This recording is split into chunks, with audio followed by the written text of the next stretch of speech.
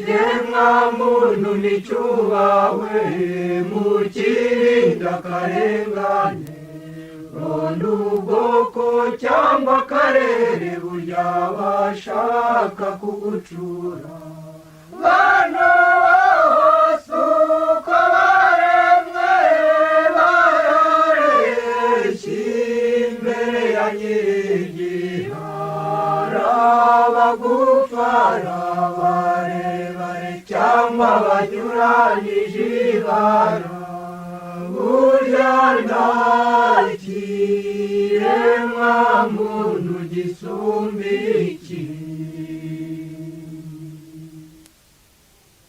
Muntu ni nkundi mbabaroga nta gatsiko kagenewe kuba inyuma ari babahimba amayeri bavuga ko abana ari kimwe mu bikorwa bakikubira Afurika y'Epfo.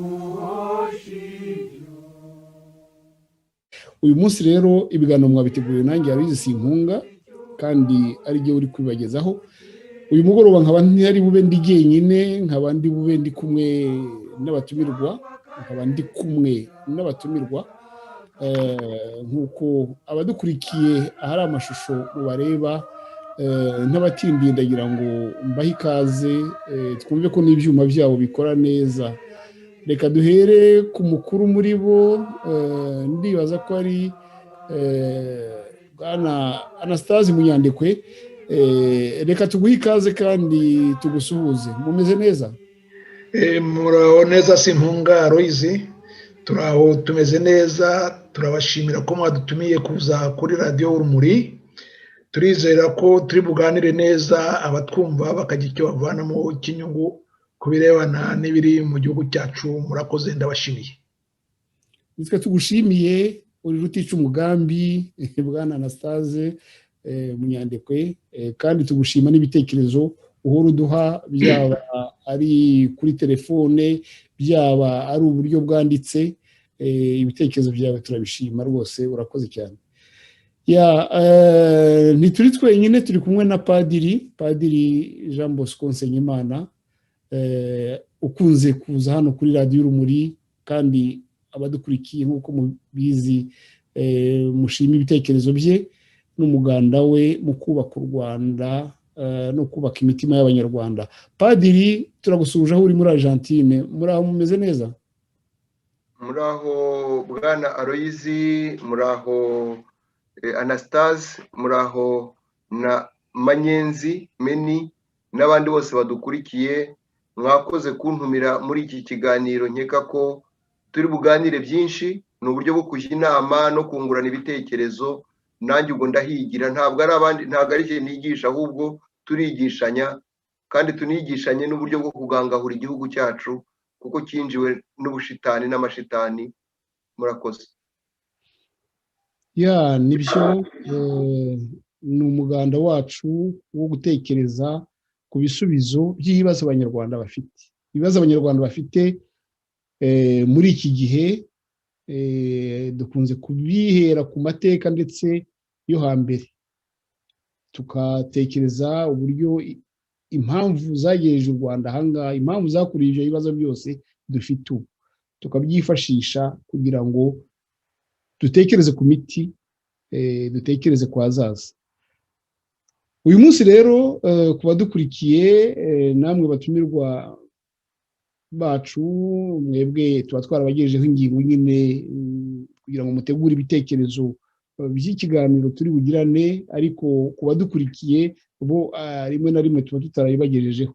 Ndagira ngo mbabwire yuko tugiye kuganira ku bintu biremereye Abanyarwanda, biremereye igihugu cyacu cy'u Rwanda, ibibazo bifitwe n'igice kimwe cy'Abanyarwanda, mu gihe hari igice kimwe kindi cyemerewe, cyahawe uburenganzira, cyashyize ku ntebe y'inteko.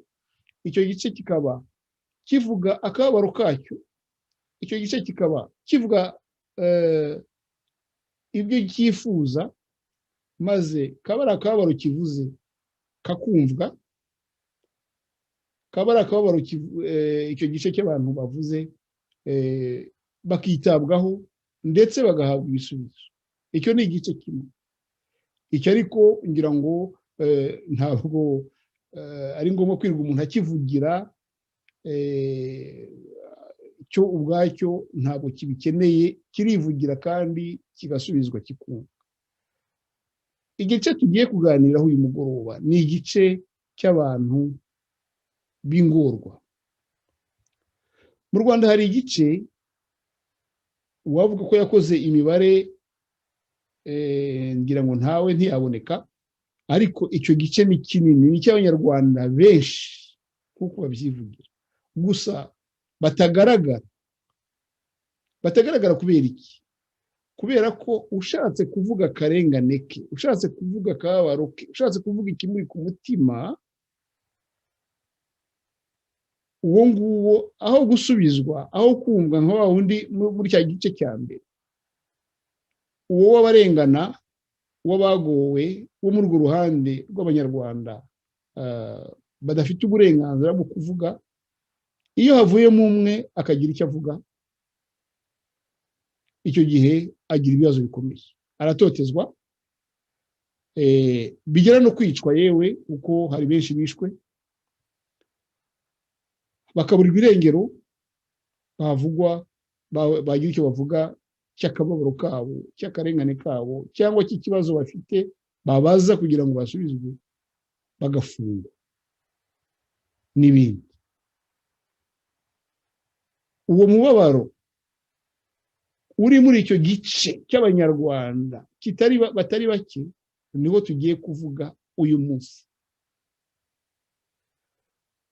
Nyuma yaho birumvikana ko mu kuza kurangiza ikiganiro turi bwibaze ku byerekeranye n'ubwo busumbane, iryo vangura ry'abanyarwanda.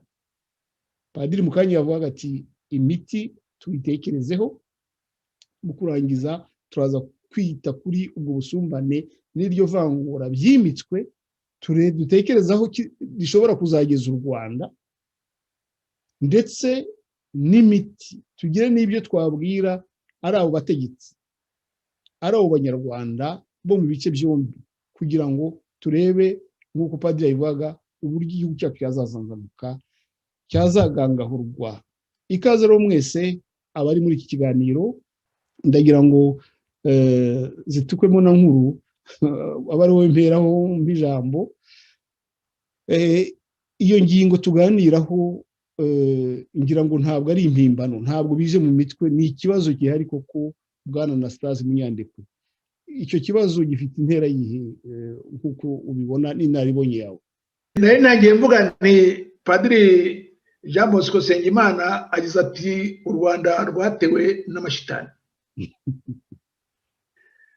Urebye neza koko ndakeka ko abo bantu atabeshya, u Rwanda rwatewe n'amashitani, kuko ntabwo byumvikana ukuntu umuntu bamwicira umuntu, noneho abamwiciye bagashaka ko bakomera amashyi, bagashaka ko baririmba kandi baramwekuye. Ni ikibazo gikomeye. Wariciwe ntugomba kubivuga, nubivuga nawe uricwa, ese amaherezo usazaba yahenyine. Njye rero mbona ko ibyo bintu bikomeye, ariko hagomba kuba hari gahunda ndende. Hari gahunda igomba kuba iri muri kiriya gihugu yo kwica abantu, kwica gusa nta kindi. Uvuze apfe, utemeye guceceka cyangwa se ngo ahunge, mbaye nka wa wundi wigeze kuvuga ngo hora, hunga cyangwa hora. Ayo magambo atatu arakomeye. Ubye urahora, uceceke, wumirwe, cyangwa se urahunga, ube nkatwe nyine twabaye impunzi byarangiye ujye hanze y'igihugu, cyangwa se wemere uhore niba ufite imbaraga urwane n'abo bantu. Abo bantu nuko bo bafashe igihugu, bumva ko batoye igihugu bagomba gukora ibyo bashaka.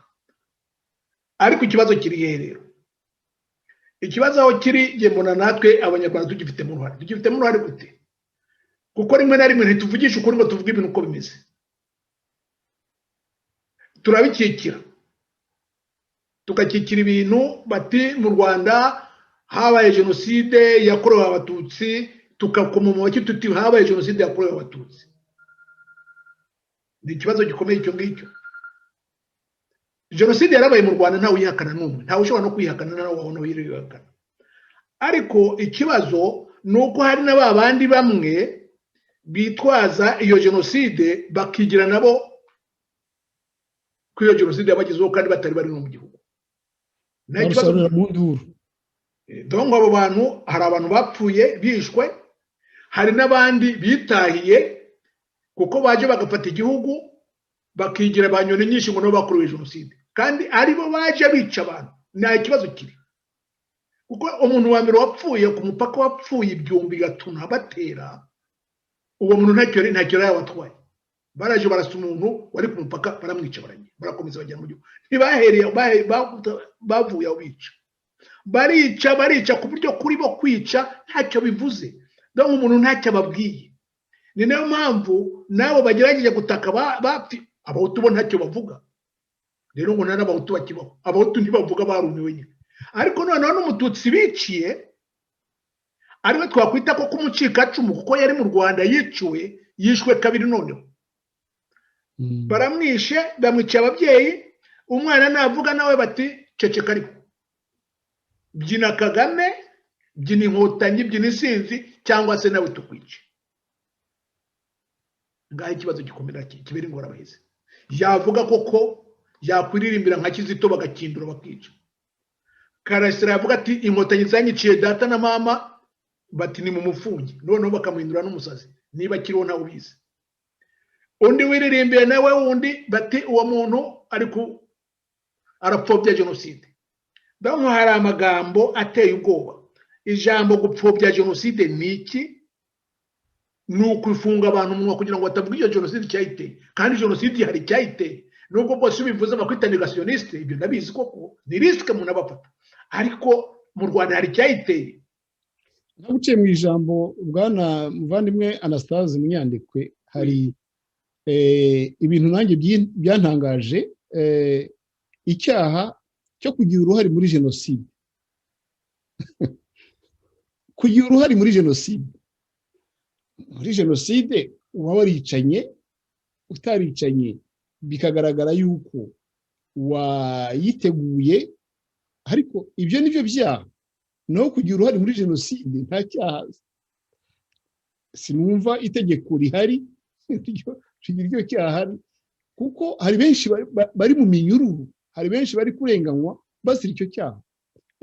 Vuba aha ngaha twakozeho n'ikiganiro hano dutabariza umukecuru witwa Nkundabanyanga Eugenie, bambuye isambu, noneho abantu bayimwambura bamushinja icyo cyaha ngo yagize uruhare muri jenoside.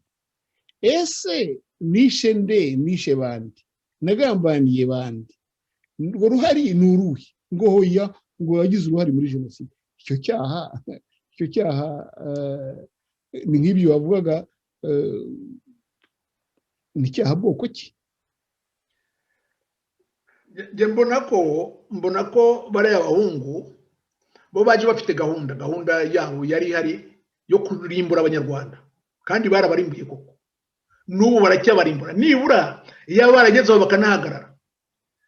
Ntabwo bahagaze, barishe, n'ubu barica, bazakomeza no kwica hari kugeza igihe nabo bazapfira bamaze abantu ahari. Banze gahunda bari kumara abantu mu gihugu hariya nakundi. None se byakumvikana bite ko bavuga bati umuntu yakoze jenoside gusa noneho n'umwana yabyaye nawe ni umujenosideri? Munyandekwe muri 59 nari mfite imyaka 9. Abantu batwika nararebaga koko, ibyo narabibonye, narabyirebeye n'amaso yanjye. Nubwo nari muto ariko nari ntangiye wa mbere wa primaire, nari muri primaire. Abo bantu barahunze. Perezida Kayibanda ntako atagize, abwira abo bantu ngo biranditse, uretse ko bavuga ko baravuga bati no ntabwo baratwirukanye nta kintu, ariko ntako atagize ngo baramunanira, baranga. Ntibata kubera iki? hari ibintu tudatekereza rimwe na rimwe cyangwa tukabifata legere. Nuko nujya muri analize ukajya mu ndani mu hagati, ntabwo bari abantu bahunze u Rwanda ntibatahe bigeze bashaka gufatanya ubutegetsi nabo kugabana ubutegetsi n'abahutu mu Rwanda. Ibyo ntibigeze bayitekereza. Bo bashaka ubutegetsi bifatiye ubwabo bagategeka bonyine nkaho ari bo bwoko bwonyine buba mu Rwanda. Nibyo nta bindi. Kutabibona gutyo nta makosa, niko bimeze. Bashaka niba ari umuhutu bahaye umwanya n'uwo muhutu nyine w'ingaruzwa amaheto wemeye kuba ingaruzwa amaheto kujya mu kwa kwa. Utabyemeye uwo ni mubi, agomba apfe. Noneho n'umututsi nawe bari mu gihugu wanagize akaga, wahuye n'akaga gakomeye cyane, ubagize Imana akarokoka, kandi aribo bamwiciye. Noneho yavuga ati ariko nubwo abahutu bishe ariko n'inkotanyi zarishe zaranyiciye gihewe. Bati vuga uvuye aho, ugomba gupfa nawe uri kimwe n'abari abahutu ntimutandukanye. Nyamara ariko abo abantu bari mu Rwanda bose icyo gihe inkotanyi zitera, abantu zabafataga kimwe. Aho niho abantu bibeshye, zabafataga kimwe. Ari abahutu bari mu Rwanda, abatwa bari mu Rwanda n'abatutsi bari mu Rwanda, zabafataga kimwe, bose bari kimwe, bapfa bashira nta kibazo. Ngo kuko abantu babishwe igihugu cyose baracyorereka kirakira birarangira. Hari ikindi kintu bakunda kuvuga ngo interahamwe. Ijambo interahamwe jewe rintera gahinda cyane. Interahamwe si ijambo ribubundi busanzwe, ariko baravuga bati interahamwe zakoze ishyano nizo zishe. Ariko nta muntu n'umwe yegeze ashakisha ngo amenye interahamwe ni bandi. Interahamwe ni bandi kuko icyo kintu ntibagisha, ntawe ushaka kukivuga. Interahamwe ni abahutu, c'est pas vrai. Mutubugiye baravuga bati ubwo munyandiko agiye kuvuga ko Kajuga waziyoboraga ari umututsi, atuko bose abagize abatutsi. No, ariko je nuko nza abatutsi benshi twari duturanye bari mu nterahamwe. Aho nari mbuye ndabazi, natanga amazina, bari mu nterahamwe, kandi abo bose nibo bari ku rumwe yo mabire, nibo bicaga abantu. Noneho kongeraho n'abatekinisiye. Rero abatekinisiye bamwe ba Rutarimara yavuze bari ahantu hose, abo bose bari inkotanyi, ntibari interahamwe. Umbabarire bwana Munyandekwe, umbabarire tutinde gatoya kuri icyo kintu uvuze gikomeye. Uti interahamwe nta muntu uzi ushaka kumenya izo arizo, ushaka kuzidentifia ngo za nyazo, ngo uti zari zirimo n'abatutsi. Ahangaha ndagira ngo tubivuge neza. Muri interahamwe rwa urubyiruko rwa MRND, urubyiruko rwa MRND rwarimo abantu nyine b'abarwanashyaka ba MRND. Ndagira ngo mbibwire abantu kuko nanjye nari mu gihugu cy'u Rwanda mbireba. MRND usibye abatutsi wenda bakeya, bamwe baragiye muri PN, mu ishyaka rya PN, ariko MRND abatutsi benshi bari muri MRND bo n'urubyiruko rwabo rutagiye muri PN, bose benshi. Interahamwe rero za MRND zari zirimo abatutsi rwose benshi, nk'uko umaze kubivuga. Nta mariste dufite hano, ariko MRND yari irimo abatutsi benshi rwose, kandi n'abana babo, urubyiruko rwabo, usibye ko rumwe rwaje kugera aho ngaho, bamwe FPR ikabareshya, ariko hari mu nterahamwe. Navuga ko nkurikije ibyo nabonye, cyane cyane ko jenoside ikorwa mu mujyi wa Kigali, jewe nari mpari kuva ku munsi wa mbere kugeza ku munsi wa nyuma ndeba. Navuga yuko ku mabariyeri bigitangira kugeza nko mu kwezi kwa gatanu, intangiriro z'ukwa gatandatu, navuga ko ku mabariyeri aho nanyuraga hose nabonaga urubyiruko rw'abatutsi narinzi. Ni ukuvuga ko uko byagenze nuko FPR yagiye iza, uko yagendaga iza itera, ifata uduce haboneka amakuru y'ubwicanyi bwayo, nicyo cyatumye nabo bari ku mabariyeri baza gucika barahunga, ngira ngo hari n'abishwe. Ariko ubundi nagira ngo icyo nagira ngo numvikanishe nuko ngewe ibyo niboneye n'amaso yanjye kandi nari mukuru, nuko muri Emerende harimo abatutsi benshi kandi abari bakiri urubyiruko nabo bajyaga biyunaganika ku mamodoka, bajyaga muri za mitingi, hari interahamwe zisanzwe kimwe n'izindi z'abahutu. Ibyo rero icyo uvuze nagira ngo rwose tujye tuvuga ibintu kuko twabibonye, kubera ko ari byo, kubera ko nta makabya nkuru arimo. Nicyo nagira ngo nkunganireho kugira ngo kirusheho kumvikana. Bwana Munyandekwe, wakomeza ugasoza igitekerezo cyawe. Urakoze Sintunga. Aho ngaho ndashaka kuvuga nti abantu bati ni interahamwe nta wigeze ashaka kumenya izo arizo kandi zirahari, turazizi, zirimo amoko yose. Nta shyaka na rimwe ndavuga nti nari muri MDR, niho nari ndi koko kandi ndi active, nari active pe. Ariko nandi mashyaka twarahuraga, interahamwe narwanye nazo kenshi, narwanye n'interahamwe pe. Ariko abo twarwanaga nabaga mbareba bariwe, arababonaga, bamwe twari tunaturanye, bamwe bakanamburira ahubwo kugira ngo ndapfa. Ibyo ndabizi. Ariko noneho bati abahutu bose babaye interahamwe, bishoboka se bite?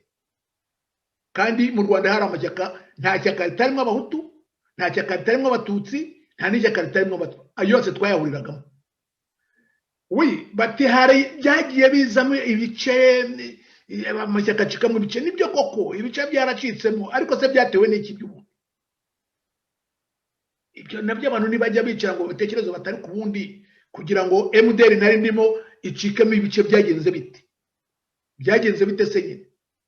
Nuko habaye infiltration, abantu inkotanyi zagerageje kumvisha abantu ko ziri hamwe nabo. Abantu bagwa mu kwaha kw'inkotanyi barazikurikira. Bazikurikiye rero bibwira ko nabo ngo babonye abantu bagiye gufatanya. Aho rero babagwe. Uzangere ku muntu n'umwe wafashije inkotanyi wari mu ishyaka ritari EPR, nabo muri PL basigaye ni bake, ariko abari muri PSD, abari muri MDR n'abari muri Emerende kuko nabo bafashije inkotanyi, uzanyereka abakiri uko bangana, cyangwa bari mu butegetsi bafatanije ubutegetsi n'abari abantu uzabanyereka. Bari abantu bari bafite agenda yabo yo gufata ubutegetsi bonyine.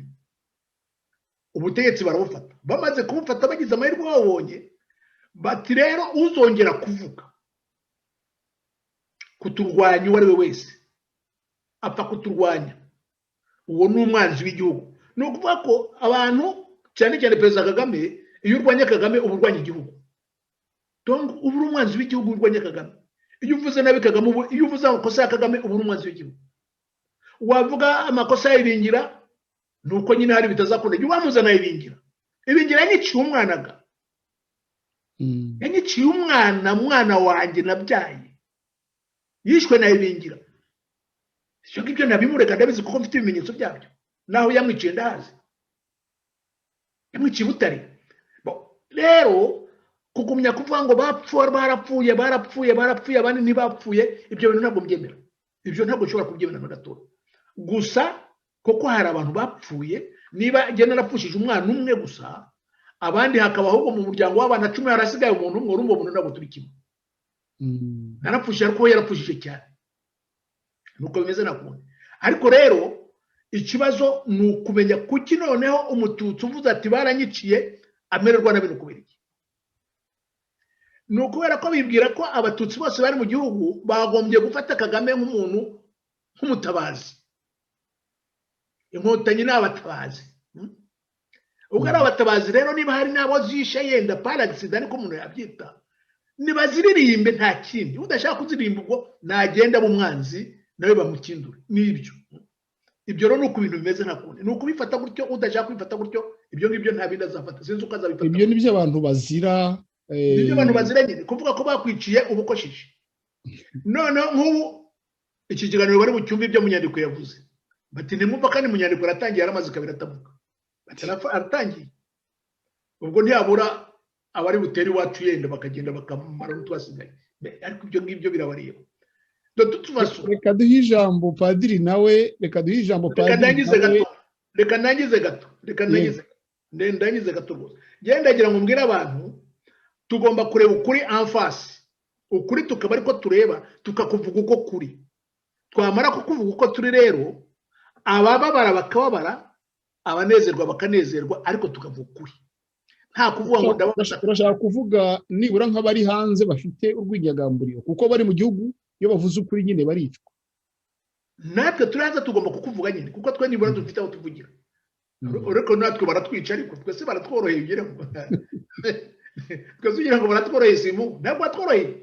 Ariko rero ntituzatinya kuvuga ngo tutazapfa ko n'ubundi tuzapfa. Dayeri twebwe bamwe turashajega no gupfa ntacyo bikitubwiye. Kuko se turabikanga ugire ngo wapi. Gupfa ntabwo tukibikanga, ibyo byararangiye. Ntabwo nibyo rero tugomba kuvuga ukuri, tukavuga ibintu uko byagenze nuko twayibonye, bikarangira abapfa bagapfa, abakira bagakira, bikagenda bityo. Nibyo nta bindi je nuko byumva, ariko tuvuga ukuri, tuvuga ibintu uko byagenze. Naho gumya gukikira jenoside y'abatutsi, nta mutu wagupfuye ahari, no gusetsa abahungu, tubivuga uko biri nakundi. Nibyo nagira ngo mvuge. Ubwo yenda ndaza kongera. Urongera, turakomeje mu kiganiro. Ukuri niko kuzabatura abantu, ukuri niko kuzatuma abantu bumvikana, kuko ntawumvikana hari umuperezida uturanye n'u Rwanda, w'igihugu gituranye n'u Rwanda, nawe wakibwiye atyo. Iyo ubana n'umuntu mugomba kubwizanya ukuri, nicyo gituma ubushuti bukomera. Padiri Nsengimana Jean Bosco, reka tuguhe ijambo. Ufite byinshi wabonye mu murimo ukora, ufite byinshi wabonye mu buzima wabayemo, wanyuzemo. N'ubu ngubu wumva ibibazo by'igihugu, ibibazo by'abanyarwanda. Iki kintu cyo gushaka gucecekesha umuntu wese utatse, ngo ntakagira utaka, ariko si bose. Hari abemerewe gutaka, bagahabwa ibyo bifuza, ariko abandi tutazi umubare ariko tuzi ko ari benshi bashirira mu mutima. Icyo kibazo gifite intera igera hebwa, Padiri Jean Bosco Nsengimana. Murakoze Bwana Loyizi. Kuvuga nyuma ya Anastase ndabona bitoroshye, kuko yazanye ibitekerezo byinshi cyane, byinshi kandi bikeneye wenda ko umuntu yashyiramo ya metodoloji twigeze kwiga ya Descartes, kugira ngo abantu babyumve, kuko ni ibitekerezo byinshi cyane. Ikibazo mbajije ndagira ngo ngisubize mu byiciro bibiri.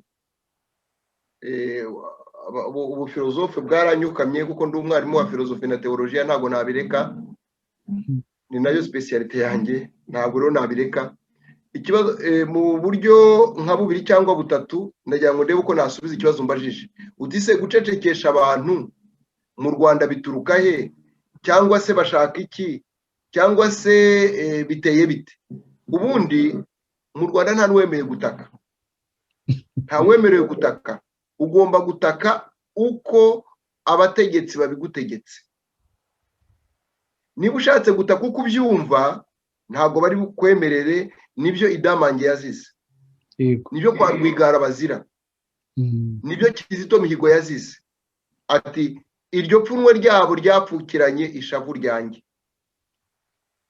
Mu Rwanda nta utaka ukurikije uko abategetsi bagutegetse. Ni ukuvuga ngo umuntu utaragize n'ikibazo mu muryango we, umuntu utarapfushije, umuntu w'ubwo w'umwicanyi, niwe ugomba kukubwira uburyo wowe urira. Icyo rero ni ikibazo dushobora kurebera uburyo za jenoside zakozwe mu isi, yaba yakorewe abayahudi, yaba yakorewe mbere y'abayahudi, izakorewe muri Amerika y'Epfo, zikorerwa abahindi, abo bitaga abahindi kandi atari abahindi, ko remaya ntabwo ari abahindi, babitaga abahindi kubera kubibeshyaho. Bishe de millions et de millions. Iyo ugeze muri Amerika ubu ntiwabona umuntu wari uhatuye, umuturage waho wa kera nta kihaba, baramurimbuye baramwica baratura. Uyu urebye ni birebire, wari wambwiye nanashatse kugira ngo mbitegure ku bundi buryo, ariko ikibazo uburyo bwa mbere bwo gusubiza mu Rwanda nta utaka. Ni nayo mpamvu isanamitima mu Rwanda ryananiranye. Ntago bakwemerera kurira, ntibakwemerera gutaka, ntibakwemerera kwibuka. Wibuka uko bagutegetse, ukarira uko bagutegetse, mbese ukarira y'ingona aho kurira amarira akuvuye ku mutima. Nuvuga ko nta munyarwanda n'umwe wagize isanamitima, nta munyarwanda n'umwe wiyunze nawe ubwe, wiyunze n'ubuzima bwe bwite. Icyo ni ikibazo cya mbere abareba kure twagombye guhangana nacyo. Wongera uravuga uti ese gucecekesha abantu bituruka hehe? FPR yabitekereje mbere, nta nubwo rero yabitekereje ahubwo abo twaganire kuva mu gitondo, ko nakubwiraga abo twaganiraga, kuko maze iminsi ngira ngo tuganire turebe uburyo rwose twatekereza ibintu bifite ubwenge atari ibitugwiririye, dukoresha umutwe Imana yaduhaye. Twigeze kuganira ndabwanoya, ngewe ari ijambo nkuru nziza yigeze kuvuga ubwo Kagame yavugaga akiriho, kuko njye nemera ko yapfuye, akiriho ubwo yavugaga ku itariki ya 16 yavugiye i Gatsibo iri jambo ngo we have to sort with problems. Dukoresheje covid tugomba gusubiza ibibazo byacu bitureba. Ubwo iryo joro ryaraye nibwo bishe Kizito Mihigo, nge ni nabwo nasohotse mu gikonoshwa cyo kuba gukorana nabo no kuganira nabo barabizi. Kuva ku itariki ya 16 baraye bishe Kizito mu gitondo, ibintu byose byaramenetse, sinari ngishoboye kwihangana kuko nari nkiganira nabo, nkivugana nabo, nkeka ko ari abantu. Nshaka kuvuga ikirera hanga kugira ngo ntaza kurangaza no ku kiganiro. Ntabwo rero abanyarwanda ntibarira, ahubwo abanyarwanda barira uko bashaka, uwabiciye akaba ari ubategeka uburyo bagomba kurira. Ako niko kantu agomba gutsindagira. Aka kabiri nashaka kugira ngo ntsindagire, mwavuze ku ijambo interahamwe. Interahamwe muzibeshyaho cyane, muzacukumbure murebe. Interahamwe ni ikiremwa cyaremwe na FPR mu ishusho yayo n'imisusire yayo. Kuko cyaremewe hehe? Cyaremewe i Roma muri ambasade y'u Rwanda. Harimo abapadiri bangahe, harimo ababikira bangahe, harimo ni ikiremwa cyaremwe na FPR. Ambasaderi wakiremye nawe arabizi, maratwumva, nashaka kumvuguruza zaze, mfite impapuro hano, mfite idosiye y'impapuro zigera kuri 900 zibigaragaza. FPR niyo yaremye interahamwe, irangije irazicengera. Habyarimana avuye muri Canada, indege ye yahagaze i Roma mu Butaliyani, aja kuganira na ambasaderi, arema interahamwe zaremewe i Roma. Agaruka mu Rwanda ngo ni defense civile, ariko ari defense yo kuzamusenya. Uzaba bizi, uzaba ceka kabizi kundusha zaze tubigeho impaka noneho. Mbifitiye dokima, ntago ari ibintu ngigimaka zigira zisakuza. None nukuvuga ngo FPR ikibazo ifite ntago ari ukuvuga, ntago ari ukurira. Ugomba kuririmba uko ishaka, utarurimba uko ishaka ikakwica, itakwica ikagufunga. Hari umusirikare kwaraye tunavugana nijoro, ntabwo ndi bumuvuge amazina kuko bamugirira nabi, ni babiri dayeri nabo ofisiye bakuru, bambwiraga batereko sha witandukanyije ute na FPR. Nawe kuva mwakica Kizito, ngewe nitukiri kumwe, sinkibumva, sinshaka no kubumva. Murabagize bana text nabandikiye, nshobora kuyigusomera ko ndayifite ahangaha, cyangwa se mukaza kuyisomera kuri YouTube nayishyizeho, mbabwira uko biteye, nsobanura arwarishize hasi ku kiganiro yatanze, nshyiraho munsi ya YouTube ye ikiganiro kirekire cyane, disikuru ndende nkapi nk'impapuro 3 cyangwa 4. Nukuvuga ngo rero iyo utavuze, niba uze nko kwa Rwigara bakakubwira ati dufatanye umutungo, kuko umutungo wose ugomba kuba uw'agatsiko ko muri FPR, ukabyanga, barakwirenza cyangwa se barakwica cyangwa se uhunge. nibyo bya Rujugiro, ambabarire niba muvuze mu izina nk'inshuti, ntabwo nashaka kumuvuga ahangaha, we birancitse ndamuvuga. Nibyo byabakaje guhakwa nubwo basubiye mu gihugu.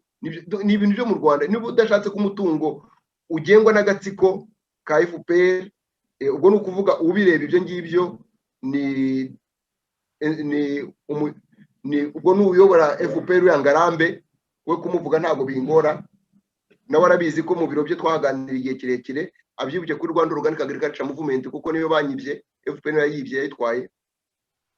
Donc iyo utabemereye barakwica nka ba Karasira, barakwica nka ba Ishimwe Diane, barakwica nka ba Misindo, barakwica nka ba Bahati. Iyo utemeye kuvuga ibyo bavuze ngube nka Gasuku barakwica. Ni ukuvuga rero ngo hakorwa iki kugira ngo ngarukire ahangaha? Icyakorwa kiri ku buryo nanone butatu. Ibyo navuze byari bivangavanze, sinzi n'abantu babyumvise. Icya mbere navuze ko nta munyarwanda urira, abanyarwanda bari uko leta ibishaka. Icya kabiri navuze yuko interahamwe ntabwo ari abahutu, ntabwo ari abatutsi, ni ikiremwa cya FPR yaremye mu ishusho yayo n'imisusire yayo. Icya gatatu ni ukuvuga ngo uvuga uko bashaka, utavuga uko bashaka bakakwica. Noneho umwanzuro wabo uwuhe? Kumenya ibyiza Yasa tubwira, Isaias umuhanuzi muri Bibiliya mu mutwe wa 5 umurongo wa 8 wa 21, ntabwo ndi bubisubiremo byose, ntabwo mbisobanura. Aravuga ngo baragowe bubaka amazu, baragowe batwara amasambu y'abandi, baragowe baca imanza. Ariko cyane cyane ku murongo ndakeka ari uwa 20 reka ngo basomere kuko ni umurongo ukomeye cyane. Uravuga ngo umurongo wa 20 uravuga ngo baragowe abita ikizi kibi, ikibi bakacyita icyiza, umwijima bawugira urumuri, urumuri rukaba umwijima. Ibisharira babyita ibiryohera, naho ibiryohera bakabyita ibisharira. Baragowe. Mu Rwanda rero niba dushaka gukiriza u Rwanda, niba nshaka gukira, niba Bwana Loyizi Simunga ashaka gukira, niba Bwana Anastase ashaka gukira, niba Jean Bosco nshaka gukira, twite ikibi cyakorwa n'umututsi, cyakorwa n'umuhutu, twite icyiza cyakorwa n'umutwa, cyakorwa n'umunyenduga, cyakorwa n'umuganza, cyakorwa n'umukiga. Icyiza ni icyiza, ikibi ni ikibi. Urumuri ni urumuri, umwijima ni umwijima. Niba dushaka gukiza u Rwanda naho tugomba kugera. Ibyo ngekeka ko bizadusaba imbaraga zo kwitsinda, imbaraga zo kwemera yuko u Rwanda ari urw'abanyarwanda atari urw'agatsiko. Nta mwanzi wanga igihugu cye, ahubwo twanga ibibi bikorerwa mu gihugu. Niba navuze ibyumvikana murakoze, niba bitumvikana mwambaza, ariko ndumva nabivangavanze kuko uranzi ko nkunda kuvuga ngo icya mbere, icya kabiri, icya gatatu, ngakora umurongo nyamara birumvikana neza rwose, byumvikanye. Niba byumvikanye cyangwa nuko unyikundira uri umwarimu koko, uri umwarimu ukaba n'umwigisha w'iyobokamana, birumvikana. Ariko nubwo byumvikana, ahubwo byumvikana nibwo bizana utubazo mu bakumva. Ubwo rero nanjye niyo bizanyemo utubazo, nkavuga nti ko uri umuntu ubundi wagombye kumenya imiterere y'imitima y'abantu, imibonere cyangwa se imigoramire y'imitima y'abantu, ko muyikoraho nk'abantu, umuntu w'umupadiri wihaye Imana. Wumva gute ukuntu umutima w'abantu wamanutse mu nyandiko yigeze kubikomozaho,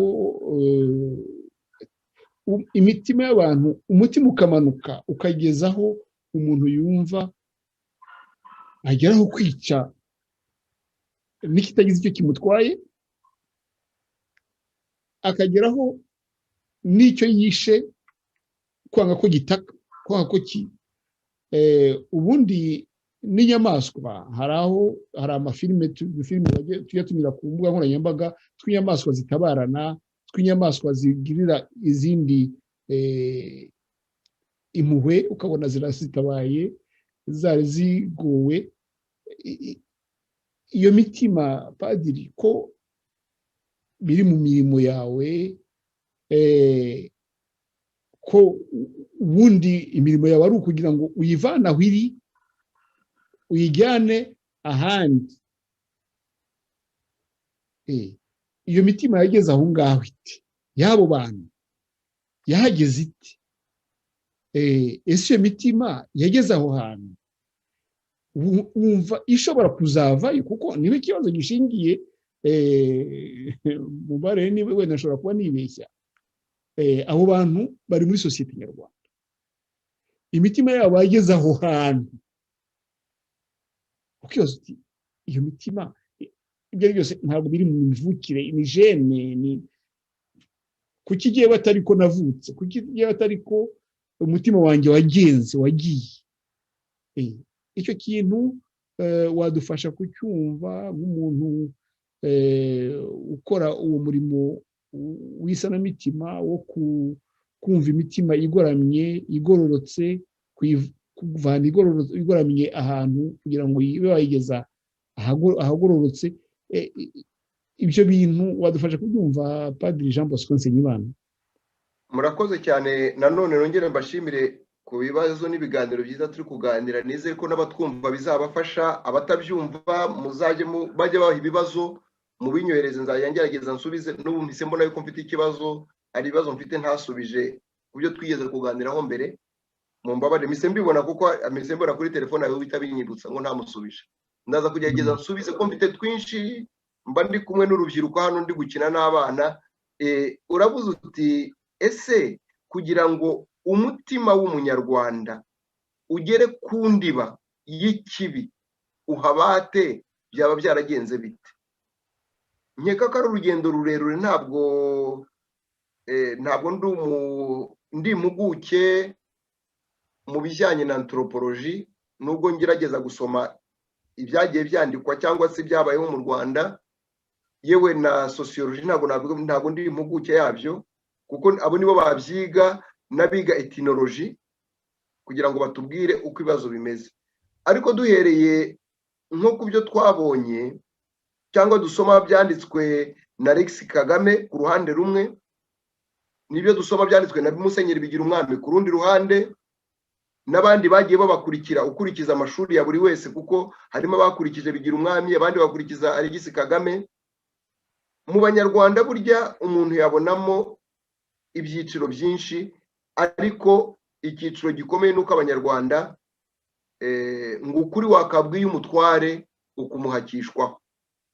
Ni ukuvuga ko Abanyarwanda ikibazo cyo guhakwa cyageze aho kirabinjira, kuva Abanyiginya binjira mu Rwanda, ko Abanyiginya nibo bazanye ibintu by'ubuhake, bagenda bica nk'uko Abaromani babikoze, bafata Afurika y'Amajyaruguru, basenya Abafarawo, bagasenya ingoma y'abirabura, kuko Abafarawo sont des noirs, n'abirabura, ni nkatwe, barabirabura nkatwe. Noneho barabisenya neza, babishyira hasi, kugeza ubwo bo ubwabo babagaragu bakuru b'ibwami banditse bavuga ngo ntacyo bapfana n'Abahutu, ni abagaragu babo, kuko abami babo babagize ingaruzwamuheto. Noneho kugira ngo uzamenye nanone mu Bahutu, iyo uri kuganira n'Umuhutu wowe wiyoberanije, ubona ukuntu iyo abonye Umututsi, nyine uyu nguyu uvuga ko ari Umututsi, ashaka no kumuramutsa apfukamye yahinnye umugongo, aramuramya hiki, niyo kaba ari akana. Donc ikintu cyo guhakwa kirakomeye. Ibyo bikaba nuko ibwami babikoraga, abakobwa ngo babaga bari kwiyuhagira bambaye ubusa, babona batwa bati ntacyo bitwaye, buriya niyo mpamvu ngo dufite abasikete benshi, bakomeza bakiyuhagira nta kibazo. Abatwa bashoboraga no kubasambanya, bumva ngo abatwa ntabwo bazi, ngo ntibazi ibyo bari gukora, bakabatera inda, bakazabyara abasikete igitero. Ariko babona umwana w'Umututsi nawe ari umwaka umwe, ntacyo ari batware, bakiruka bakajya kwihisha.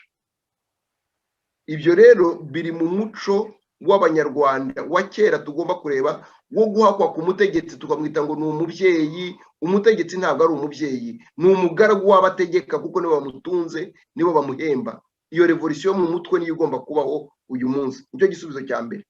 Aka kabiri, hari na cynisme mbonamo cyane cyane kuri FPR. FPR ifitemo cynisme kuko sont des sauvages, n'abantu nta formation bafite, nta burere bafite, n'abashumba, abantu baje ari abashumba.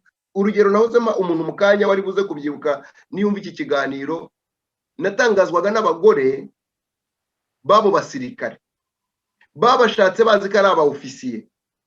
Abagore bari mu Rwanda, abakobwa bari mu Rwanda, b'abahutukazi b'abatutsikazi bariyizi, baza benshi bo twaganiriye, ntabwo nivuge amazina, nta nubwo nzayavuga na rimwe bibaho, nzabagirira iryo banga. Ugasanga yashatse umusirikare abona ngo yambaye inyenyeri za koroneri, yambaye inyenyeri za generali, yagera mu rugo agasanga c'est un sauvage, utazi no kujya muri douche, utazi kujya muri toilette. Bagahita batandukana, muza abagore benshi bataye abagabo babo kubera ko abo bagabo sont insupportables, sont des sauvages. No kuvuga ngo kwica bo bazi ko ari cyo kintu cyoroshye kibaho. Nta rindi jambo bazi, nta yindi civisme bafite, ntibazi kuyobora igihugu. Niyo mpamvu bifashishije ba Bizimungu, batwagira Mungu, ba Seti Sendashonga, bari abahutu do service babemereye, babigisha gutegeka, ariko babica bataramenya gutegeka. Baranyega ko bahubutse, bafata ubutegetsi batazi gutegeka. Niyo mpamvu nkeka ko dutekereza uyu munsi isanamitima mu Rwanda aho ryahera ni ukwigisha abanyarwanda kuvuga ukuri, kugarura abanyarwanda ku kwiyubaha no kwiha agaciro, kutumva yuko kumva ko nta muntu umushobora byose ubaho, nta muntu ugomba kuma icyerekezo ngomba kugendamo, abe musenyeri, abe padiri, abe papa, abe perezida, abe generali, abe nde, ndi umwigenge. Kuko nibyo muri philosophe tuvuga ngo umuntu ni unique et irrepetible, ntabwo azasubirwamo.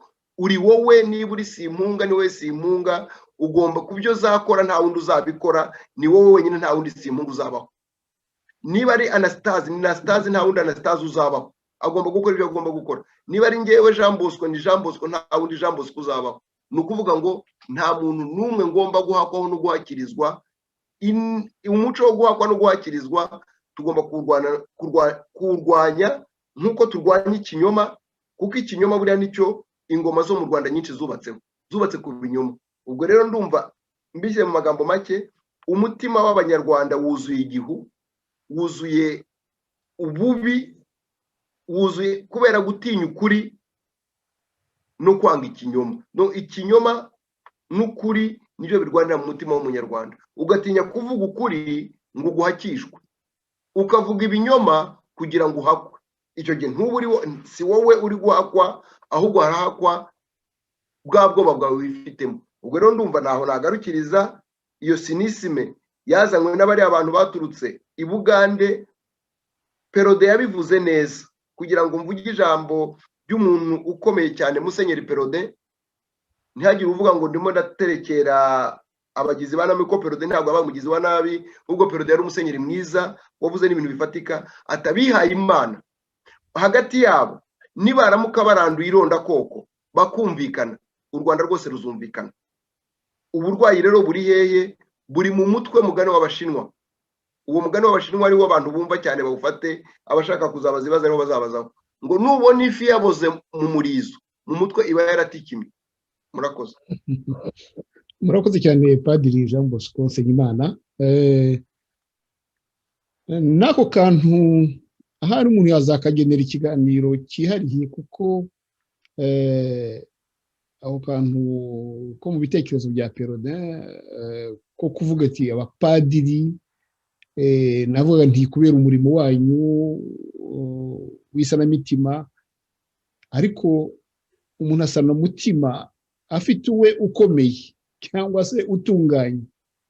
Ako rero uvuze ati, cyangwa Perode yavuze ati abapadiri ironda koko bagomba kurireka muri bo, ntabwo warirandura mu bandi, wowe rigushinzemo imizi. Ariko icyo ni ikindi kibazo umuntu yakoramo ibindi biganiro. Uzabishakira umwanya, umbabarire, uzabishakira umwanya tukiganireho. N'igitabo cye kirahari, wazagifata icyo gitabo tukakiganiraho abantu mu magambo make. N'igitabo yanditse ni nka patrimoine ye, ariko kugira ngo tubyumve neza ntituvuge ko turi guca imanza, abapadiri nabo ni abantu, ni abana b'amateka y'abavukamo, ni abarwayi bavura abarwayi. Ariko noneho iyo umurwayi abaye umurwayi agashaka gusindagiza undi murwayi, muri busikorojari ubundi buryo tubyitamo, tubita ko niba uri umurwayi ugashaka kunsindagiza mu burwayi bwanjye, tugenda twese tujya hehe? Mu kugwa mu mwobo. Ni ukugwa mu mwobo kuko ni umurwayi utwaye umurwayi. Abaratini barabivuga neza, sinzi abumva ibiratini cyangwa abize muri za rate siyanse bari bubyumve, n'abatari bubyumve ndabihindura mu kinyarwanda ngo kayikusa kayeko peribut inurbe. Do impumyi itwaye indi impumyi zombi zijya hehe? Mu mwobo. Do u Rwanda ngiki cyarworetse ni impumyi zitwaye. No mu Kinyarwanda hari umugani bavuga ngo nizere ko ntabindi mu bicurike ngo uruka ntafata uhitwa uhitwa cyangwa uhitwa ntafata uruka. Byombi kugira ngo umuntu yabishyira mu mwanya utandukanye kandi naho rwose niho bifatiye naho ruzingiye. Nicyo gitekerezo nyine tugaragarije, kandi koko nicyo burya imigani y'Abanyarwanda yari ifite uburyo yatwigishaga, kandi ari migufi, ikatwigisha ibintu by'uburere bwose bwazagufasha ubuzima bwawe bwose. Urakoze Padiri Jean Bosco Nsengimana kuri ibyo bitekerezo byiza n'ibisobanuro uduhaye, cyane cyane ibyerekeranye ibiba mu ndiba z'imitima y'abantu, abantu bicana bakagera aho bicana nk'ubunyamaswa. Burya hari ukwicana bishobora kuba ari nk'impanuka, ariko nkurikije ibyo Bwana Anastase Munyandekwe yatubwiye, atwereka n'ibimenyetso n'ingero, nawe nibyo tubwiye, bo kwica ntabwo ari ni nko kurya, babigize ikintu hari cyoroshye cyane. Muntu ni ngundi babaroga, nta gatsiko kagenewe kuba inyuma, ari babahimba amayeri bavuga ko abana ari kimwe, mu bikorwa bakikubira Afurika y'Epfo Oshio. Reka nabikomerezeho kuko ibyo bitekerezo byavuzwe cyane na Anastase Munyandekwe, muha umwanya abikomerezeho. Bariya abantu bagiye bafata umuntu, ugasanga umuntu ugira ngo abahane cyangwa ugira ngo abafashe cyangwa se ugira ngo aborohereze imibereho, ugasanga baramukinduye. Nkoresha rya jambo ry'umuhanzi nkunda cyane Gasimba François Xavier, niba rukinduzi bakamuhita bamukindura, kandi we yari azi ko agira ngo abafashe, agira ngo abagorore, abashyire mu buryo. Ni ikintu rero kimeze nk'aho abo bantu, ndashaka kuvuga bariya abantu bo muri FPR baje bakazana umuco w'ubwicanyi. Ntabwo mbona ukuntu bazakomeza kwica abantu, kuko ntibazabarangiza. Urigeze nawe kubivuga, ntabwo bazabarangiza. Nese bazabica babarangize? Kandi dufashe uko imyaka yagiye yicuma, abantu niko bagenda bagaragaza rwose. Mwabireba bigiye kuri YouTube, ugafata imyaka YouTube z'imyaka ya 2023 20 kangahe ukageza ubu ngubu, aho uko bagenda babica niko abantu bagenda bavuga, barushaho kuvuga akababaro kabo. None se Bwana Munyandekwe, ubona bariya bantu nturi umupfumu, nta n'ubwo uri n'umuhanuzi, nta n'ubwo uri yumvikana, ariko tubishyire mu ntekerezo, bazakomeza kwica kuriya, amaherezo azaba yahe? Ko batazabamara, ahubwo ko ndeba bari kugenda biyongera. Ubibona ute Bwana Anastase Munyandekwe? Urakoze Simpunga. Ndagira ngo mbere yo gusubiza icyo kibazo mbanze nshimire Padiri Jean Bosco kuko hari ibintu buriya atumye menya ntarinzi na gatoya, cyane cyane ku nterahamwe, kuko nagerageje gushakisha interahamwe icyo ari cyo nkakibura, ariko none badusobanurira naho bazubakiye. Abinyemereye naza kuguha telefone ye akazakwereka iyo documentation, akazagufasha kubyumva rwose cyane, kuko ibyo bintu birakenewe. Ubundi interahamwe tuzitwerera umugabo witwa Gasana ko ariwe wazishyizeho, wari wazubatse, kandi ko tubizi. Ariko urumva hajemo ibindi bintu bishya tutari tuzi na gatoya. Nge ntabwo nari mbizi, wenda abandi bari babizi, ariko nge ntabyo nari nzi rwose. Aho rero ndagushimiye padiri rwose, ame telefone yawe unyemerere zaguhamagare, tuzaganire kuri ibyo bintu rwose. Arabakoze cyane. Naho kwicana rero, kwicana iyo usubiye inyuma ukareba neza, ukajya mu mateka ukareba ukuntu bariya abantu, uretse ko padiri nigeze kumva avuga ko abanyiginya aribo bazanye ubwicanyi, ntabwo mbyemera kuko nagenda umunyiginya.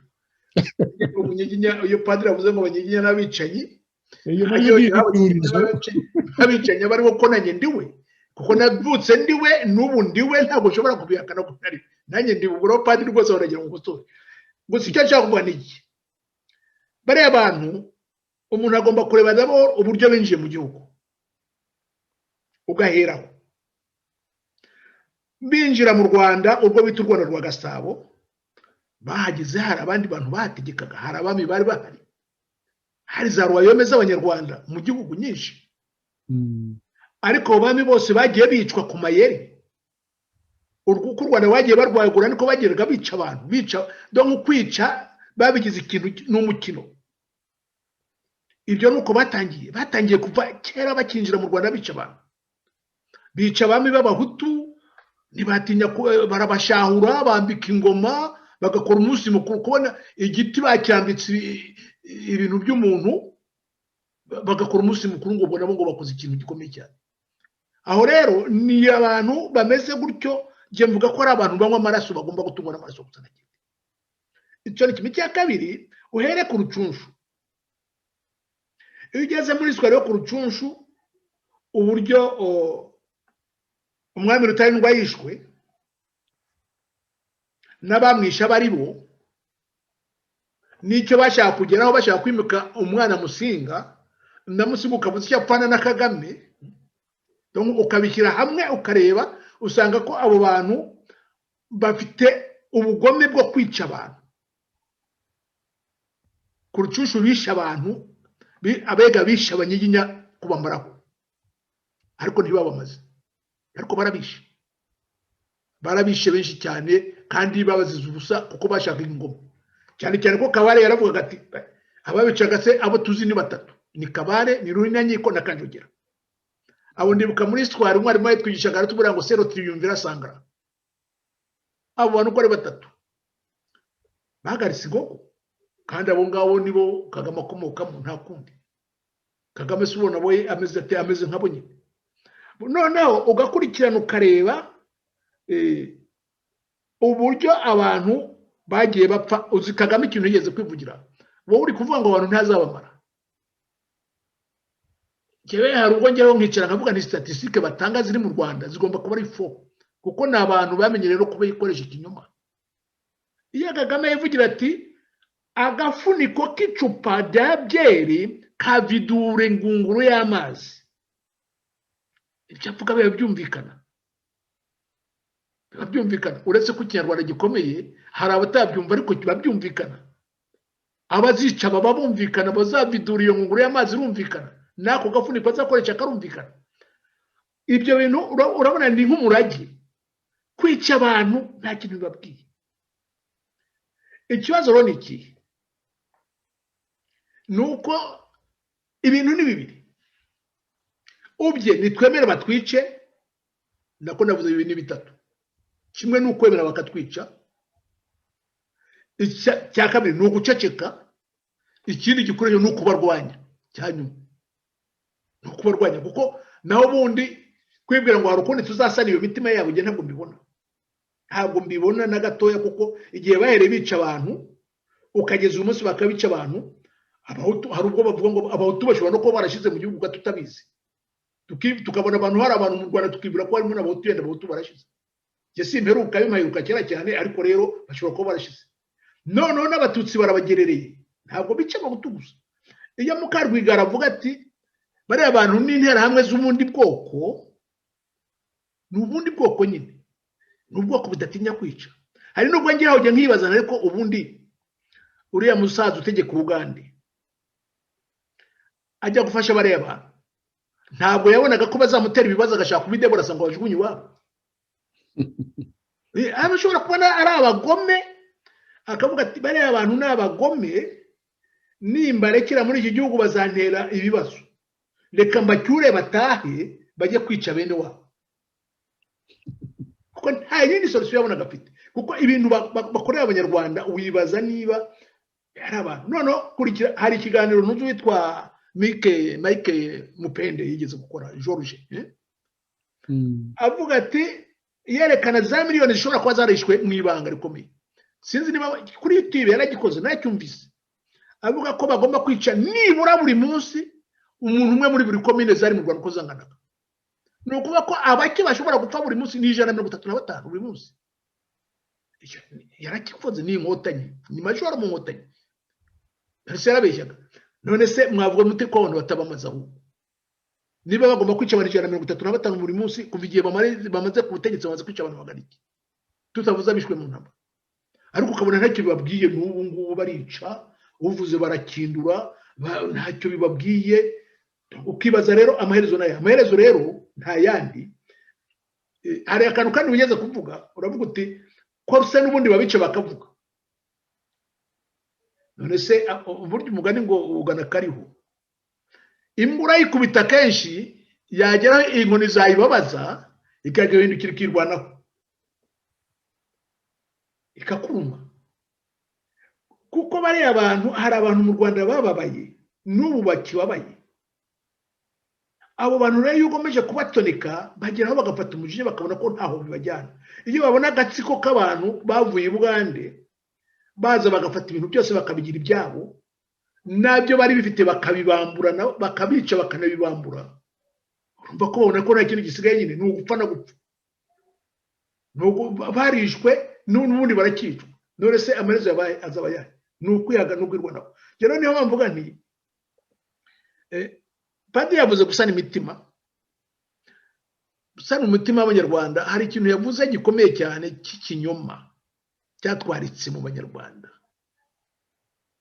no guhakwa abanyarwanda ni ababeshyi ntibavuga ukuri barabeshya natwe yenda tujye tuvuga tuti turabeshya ariko hari ubwo tubeshya tukibeshya natwe tukibeshya ubwacu abanyarwanda bazi kubeshya kandi noneho ikintu gikomeye iyaba batigiraga de victime kuko kwica umuntu ukica abantu barangiza ukigira victime ko abantu bakumaze ari bo bakwica ahubwo kandi ari bo bamazeho ni ikibazo gikomeye cyane kandi bakagenda bakarira bakabwira amahanga bati ibi ni abantu bari abahutu baratumaze ukibaza utari ko se bari abantu bari kandi tuzi ibintu ko byagenze twari tuhari jewe muri mirongo navuga najya ku ruhande nkavuga nibura muri genocide sinarimo ariko kamwe muko byagenze ndakuze mfite abantu banjye bishwe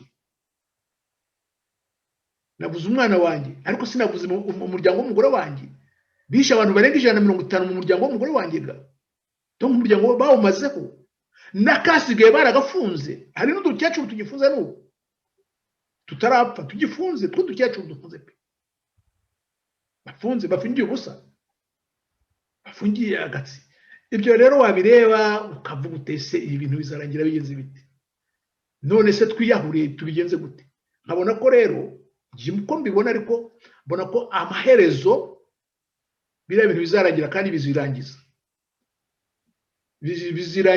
dufatanije n'Imana Imana izabirangiza ngeraho nkizera Imana gusa ariko hari ubwo ngeraho nkavuga nti ariko si Imana wo ntitubirenganya ese ntiyaduhaye ubwenge kuki tudakoresha ubwenge se yaduhaye yaduhaye ubwenge ariko bwo kwirwanaho hari igihe Imana tuyirenganya burya baravuga ngo ntabapfira gushira kandi iyo turebye no mu mateka nta bantu bigeze barimbura abandi ngo bamareho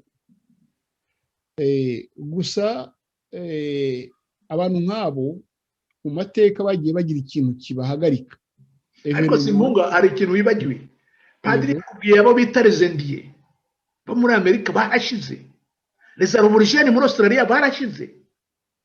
Donc niba bakubwira bati muri Australia ba aborigènes basigaye ntibagera no ku 20 se bivugiye bagiye hese ntibabamaze se arabishe. Nibyo neza umugabo witwa Dr. muri Afrika y'Epfo muri apartheid baravugaga bati wowe urakora apartheid, aba yarabacyuriye muri Loni abwira abanyamerika n'abongereza arababwira ati iyo ba data baza gukora nk'ibyo baso bakoze nta apartheid bivuga. Ba data bo babaye ntibabaye ibigoryi ntibakoze nk'abaso, baso baragiye barica bamuraho naho uvuga ko bisha abantu, reka da kuko babamaze nirese ubivuga ninde subivuga. Ariko yaravuga ati iyo baso baza gukora nk'uko, iyo ba data baza gukora nk'uko baso bakoze nta apartheid bivuga. Aho rero niyo mpamvu Kagame ubona ko yaplika un système simple, mbice ngumye mbice, uvuze mwice, uvuze mwice, nzabica nibashaka bazashira. Yego ntibazashira bose ariko azabamaraho, azasigaza bake. Ese ubundi wowe wigeze ubona ini minorite, tujye tuvugisha ukuri, ini minorite yitegeka bigenda bite? Aho yategetse minorite hose iricana kugira ngo igume ku butegetsi nyine, iricana minorite iricana nuko itegeka nakuri, kubera ko ifite ubwoba ko ejo bazayamba ubutegetsi, nta kindi. Igomba kwica majorite. Majorite rero mu Rwanda nta wavuga kugira ngo we wambwira ngo mu Rwanda ngo hari abahutu 60% cyangwa 80% nkuko mbere byari bimeze, navuga nti moneye ugomba kuba utazi bikorwa muri kiriya gihugu. Barabishe barabamaze abantu kandi bicwa n'agatsiko k'abantu. Uribuye amaze abantu, uravuga ari bigafata igafunga, demayi igafunga, ntuzirakubita ngo daso irakubita abantu mu marondo, barakubita abantu bakutse umutima. Ese n'abahari bapfuye bahagaziga, n'abahari bapfuye bahagaze, nese bazakizwa n'iki? Bazakizwa n'iki? Ikizaba kizo rondegera mu nyikubwire. Tujya tureba muri square dusubira inyuma, hari muri Haiti hari abantu bitaga les tonton Makute igihe cya François Duvalier. Yego, les tonton Makute bicaga abantu ku bintu by'umukino. Bigezeho François Duvalier ava ku butegetsi, ubanza yarapfuye. Umuhungu we Jean Claude Duvalier aramusimbura. Amusimbuye abaturage sinzi uburyo baje kwigaragambya bahangana na les tonton Makute. Donc bamwe bafite imbunda abandi bafite amabuye. Abaturage barwanye na les tonton Makute, bicara Makute babamaraho. Abaturage barabatsinda. Nuko revolution muri leta yageze nakundi. No mu Rwanda amaherezo bari abaturage ubona bacecetse, bagumya kwicwa bacecetse umunsi bavumbutse bagahinduka nk'abasazi. Ntabwo ziriya nkotanyi ntizabashobora, ntabwo zizabahagarika kuko niyo maherezo kuko ntabwo ushobora kugumya kwica abantu eternellement bakureba ngo bagumye bakwihorere. Amaherezo niko bizagenda kandi bazabavanaho. Naho ubundi gusana imitima birashoboka, ariko igihe abantu bazicaramo bakavugikana ukuri, bakavugisha ukuri, bakavuga ibintu uko byagenze muri kiriya gihugu, bakareba kiyafekwa, uwishanye ninde, kubera iki se yicanye, ese yajijije iki, abantu byagenze bite.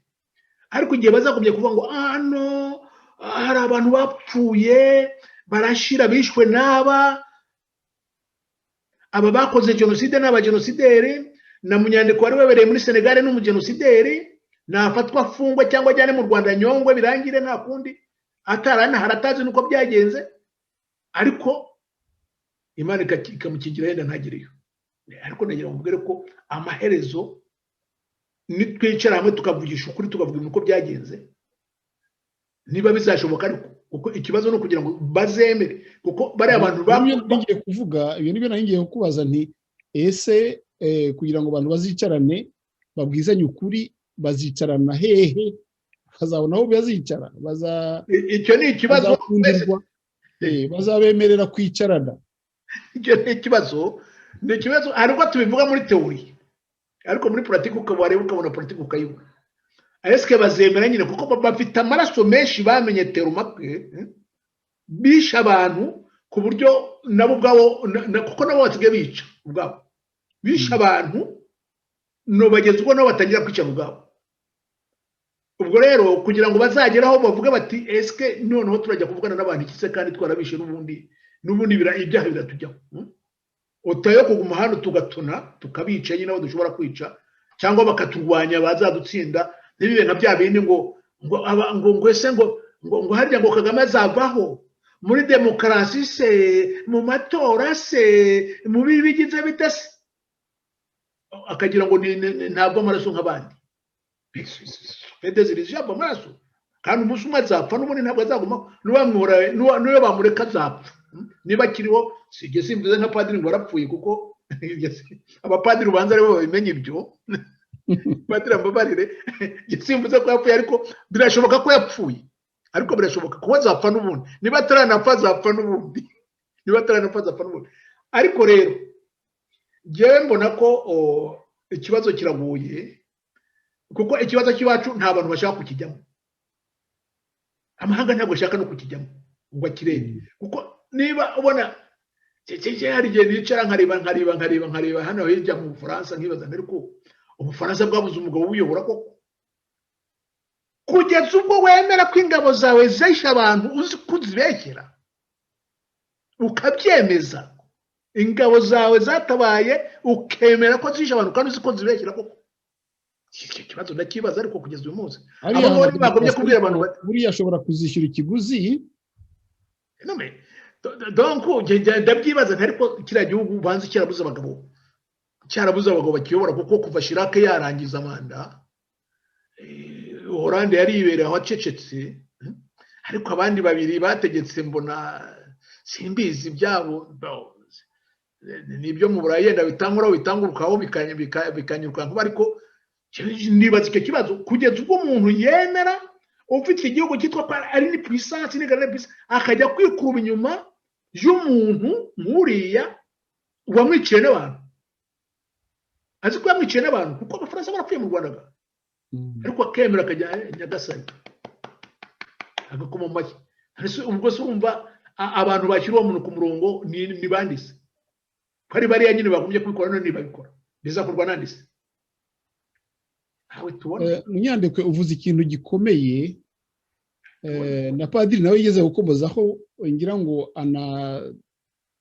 aninjiremo cyane kurushaho ku ruhembe ngiye kumushyikiriza.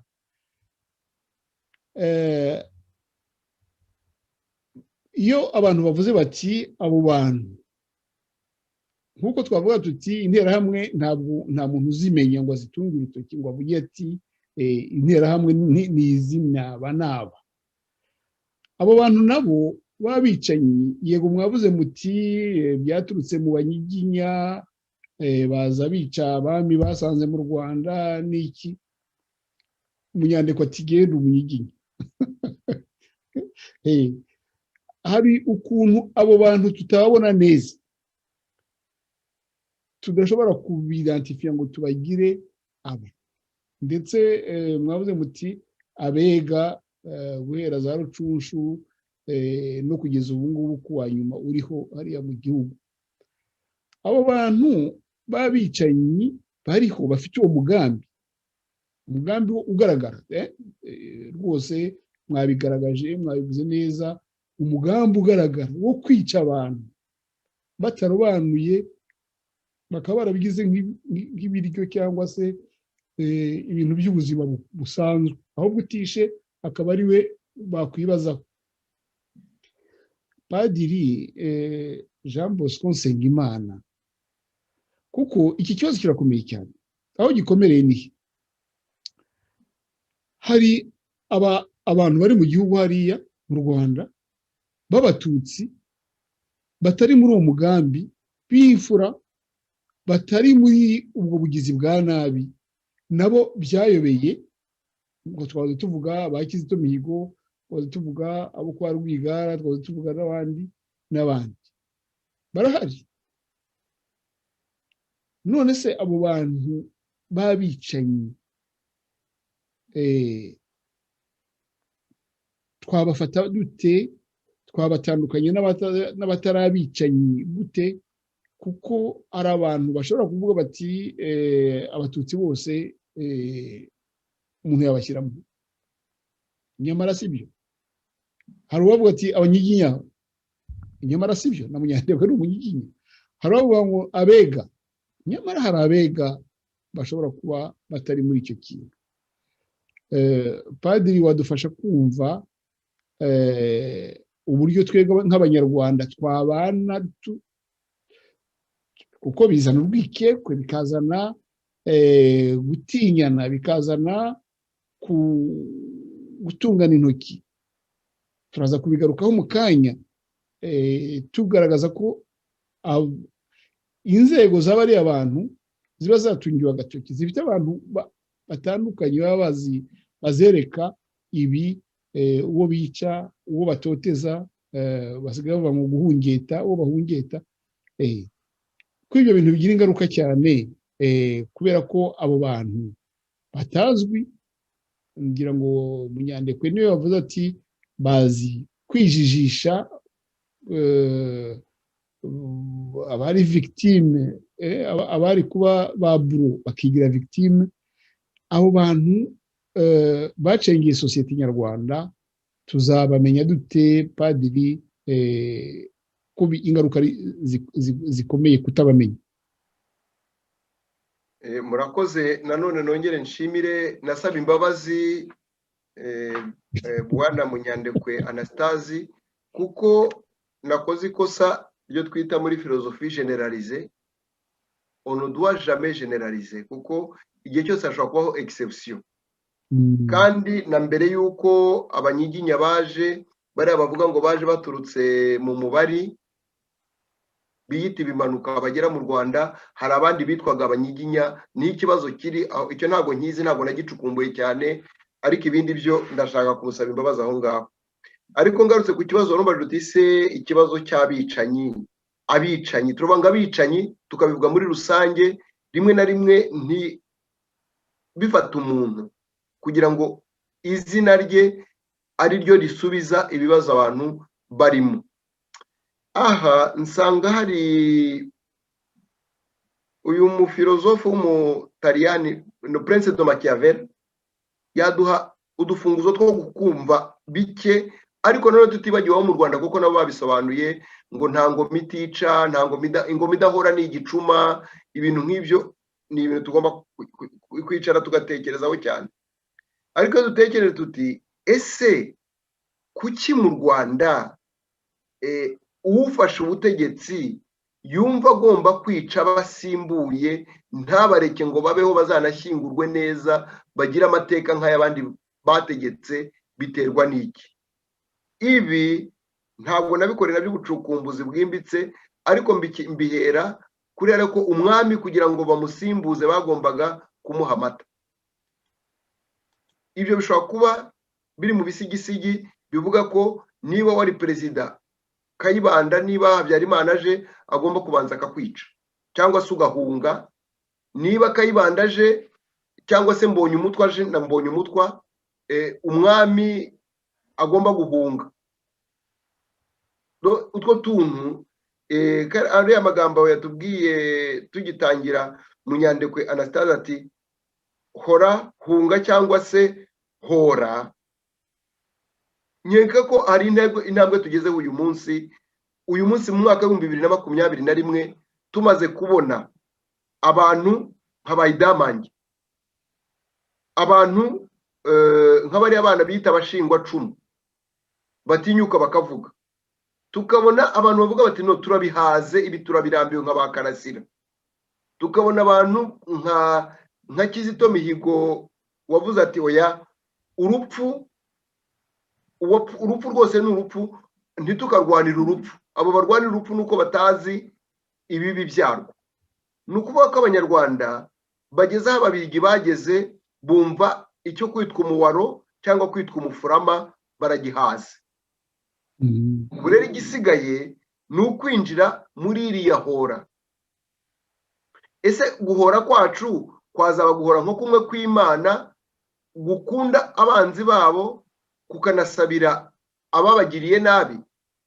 Niyo mpamvu mvuga ngo Kizito yadusigiye udufunguzo gusaba imbabazi no kuzitanga. Nicyo kintu gishobora gukiza u Rwanda, ariko tugomba gutangira kuri iyo hora rero twayigeraho dute. Kagame yarabyivugiraga mbere y'uko apfa, ndacyabisubiramo ko yapfuye kuko njye mbifite ibimenyetso bihagije, nabo barabizi ko mbifite, abari kunyumva nibanyumva bazabizi ko bazi ko mbizi ko ntabwo ari ibintu mpimba. Ku itariki ya 25 z'ukwa gatanu 2020 Kagame yarapfuye, ahubwo se baramushyinguye mu Bugesera nk'uko babiteganyaga muri ya hoteli yabo na Paris. Niba baramushyinguye aho ngaho, nabwo turabizi ko bamushyinguye. Bamenye ko rwose mbizi, ntabwo ari ibindi gushakisha. Bien, rero tugaruke kuri iki kibazo rero cyo kuvuga ngo Kagame yaratubwiye ati abantu bari hanze bandwanya nibaramuka bashoboye kwishyira hamwe kubera inyungu bafite zo kundwanya, nzamenya yuko navuyeho. Aha rero niho mvuga ngatabaza abanyarwanda bose, babe abitwa ngo bari muri guverinoma ikora mu buhungiro, baba biyita ko bari muri jambo, baba bavuga ngo bari muri societe civile, bavuga ngo ni P5, bamwe bavuga ngo nibashyire hamwe babanze barebe ko ikibahuza kiruta ikibatanya. Nitwagera ubwo duhura tukagira, bakavuga bati duhuriye kuri iki, nimuze dukureho twikize ingoma mpotozi, ingoma nkinduzi, ingoma nkocozi, tuzaba twageze ku ntambwe ikomeye yo guhora. Uko guhora noneho kube kuvuga yuko nta munyarwanda ugomba guhunga u Rwanda, nta munyarwanda ugomba kwirukanwa iwabo. U Rwanda ni urwacu, twese tugomba kurubanamo, ntabwo ari ka karahuri kuzuye, dushobora kurubanamo mu mahoro. Ukaba aho uri nkabaho ubu ngubu, ariko numva nshobora gusubira mu Rwanda ntacyo nikanga, nta muntu nikanga ko ari bungirire nabi. Noneho ibyo twavuze byo kuvuga ngo abanyarwanda bafashe kwica nk'umukino, babifata nk'uko nta kibazo, nkeka ko ni agaciro k'ikiremwa muntu. Tugomba gutangira dukosora bya byivugo byacu. Umuntu ntiyivuge abo yishe, ahubwo ajya yivuga abo yakijije. Kuko ibyivugo byose n'ubisanga urasanga ngo ndi rusarikana makuza, ndi nahuranyije, nagize nishe no. None umuntu wishe abantu nko batubwiye ngo akaba umujenerali wambitswe inyenyeri, kandi mu by'ukuri ari inyeshyamba idazi no gusoma no kwandika. Yajaga avuga bari kumwigisha igahini ngo navuge yavugaga ngo ni ka kaginga ndakibagiwe, yibagiwe akadomo. Donc ibyo bintu twagombye kubanza tugasubira ku isoko yo gukosora umuco wacu. Aho hari igitabo cyiza cyane, ntabwo ndi kumukora publicité, ariko banagisomye abantu cyabashanshimisha, l'archéologie de la violence dans les grands lacs cya Maniragaba baributsa.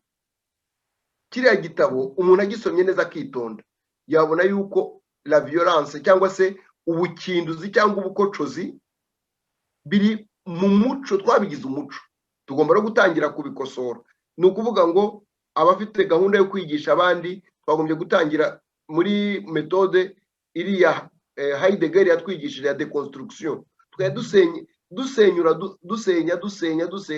kugira ngo tuzagaruke aho bipfundikiye. Aho bipfundikiye nihe ntabwo nahakubwira kuko ntigeze mashakisha, ariko abanyarwanda twifitemo ubugizi bwa nabi, ubukocozi. Umubyeyi iyo ngo nakwica, ndakunoba, ndakumena, oya, uwo muco byaje bite kugira ngo bigere muri subconscient, none tuye tubivuga utanabanje no kubitekerezaho. Reba uwitwaga perezida ari mu nama n'urubyiruko n'abadepite, ati iyi nzu twubatse uje kuyisenya, mbere yo kuyisenya ndakwica. Abantu bagatanga amashyi, wowe uha amashyi umuntu uko bakagiye kwicana. Ni ukuvuga ngo abanyarwanda twifitemo ibyo bisigisigi, cyangwa se navuga ngo umuco uri hasi mu mutima, mu ndiba y'umutima, w'ubugizi bwa nabi, w'ubukocozi, wo kwicana. Navuga ngo n'iyobokamana ntirigeze rihakora, kuko iyobokamana ryaje rishaka ubwinshi, ntiryashakaga ubwiza bwo ku mutima. Twagombye no gutangira uyu munsi nk'uko wigeze kubivuga uti se niba biri mu bihaye Imana ubwo abandi bizagenda bite? Tugomba gutangira kubiba nanone. Ababikoze barabibye. Mwigeze ko wese bizashoboka, nta kinanira Imana nta n'ikinanira abantu. Niba abantu barabonye yuko binaniranye, bwana Munyandekwe Anastase yigeze kuvuga ngo kubita imbwa ikagera ikarakara ikamuka ikirwanaho. Abanyarwanda bavuze ngo ukurikira inzoka mu mwobo, ukurikira inzoka mu mwobo ashaka kimurya.